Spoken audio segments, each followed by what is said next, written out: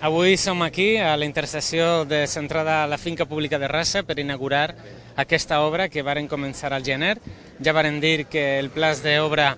es prolongaria al llarg de 6 mesos, justament avui s'han complit els 6 mesos, per tant l'hem fet en plaç i molt content. Ha estat una obra de prop d'1 milió d'euros, un poquet menys, 800.000 i pico euros, i bé, s'ha fet en tota la normalitat, sense afectar el trànsit, que va ser un dels compromisos que varen assumir.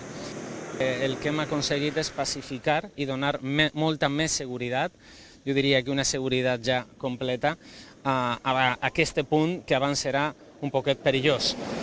Quan se volia arribar a Rassa s'hauria d'anar a una altra part de la carretera, després acostar-se en mig, atravessar 3 carrils, el qual suposava que al llarg dels darrers anys hi haguessin accidents, no?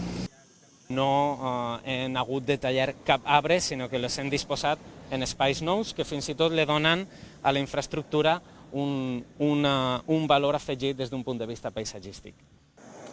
Bé, com ja ha explicat molt bé el conseller, afegim un punt més a la nostra xarxa viària, un punt més de seguretat, de millora de la xarxa viària, que és aquesta rotonda per accedir a Rassa i a l'Hospital Cauvet, que fins ara era un punt negre, un punt d'inseguretat molt reivindicat per la zona, pels veïnats, pels